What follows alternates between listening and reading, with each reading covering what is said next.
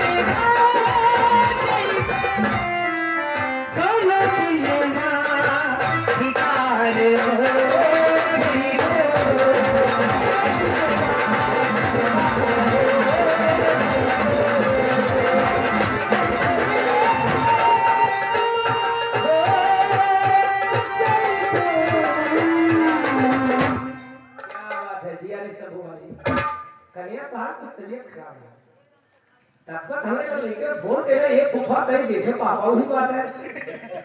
काली बाबू तखवा तर हला बाटा तब से डरिए ना आई सब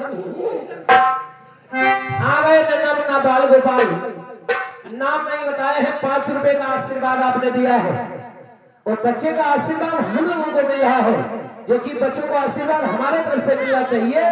लेकिन धनी नौड़ी हुआ के लोग जानकी का बड़ा से लेके सयान से लेके बूढ़ से लेके लड़का तक का लोगन के आशीर्वाद मिलल वो बाबू लोगन के फरमाइश बा कृष्णा यादव जेकर नाम कृष्णा होन के मेहरारू ना तो राधा होबे के आई कृष्णा बाबू के तरफ से छोट के फरमाइश बा अभी भी यही गनवा में आप एगो कोनो तर्ज मानल गइल मिस गुड़िया जी ई गनवा कोनो तर्ज चलल है वही गनवा फरमाइश है घबराइए नहीं सुनाएंगे और मेरी तरफ से चाहे सुनाएंगे